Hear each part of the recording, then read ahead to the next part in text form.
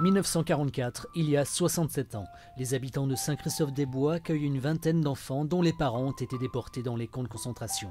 Ils s'appellent Michel, Alice ou encore Roger, ils ont entre 3 et 10 ans et ils vont échapper à la barbarie nazie grâce aux villageois.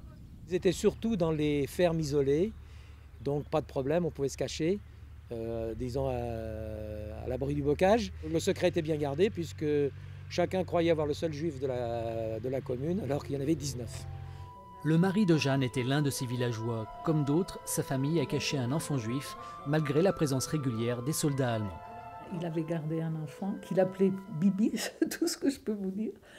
Il cachait en jour dans un vieux chemin, et puis la nuit, il couchait avec eux, dans une maison, avec eux. Il y avait des voisins qui avaient pris aussi les enfants juifs, mais je ne sais pas, il en parlait peu.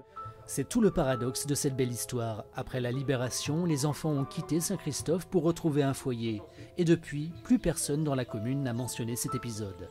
C'est par hasard, il y a 3 ans, que Michel Godet a appris ce qui s'était passé. Vous savez, les grands héros sont toujours les plus muets. Ce n'est pas les résistants de la dernière heure qui se vantent. Bon, ils ont fait ça, c'était ordinaire, c'est tout à fait normal. Ils ne se sont pas posés de questions, ils n'ont écouté que leur cœur. Je pense que c'était ça. C'était un devoir.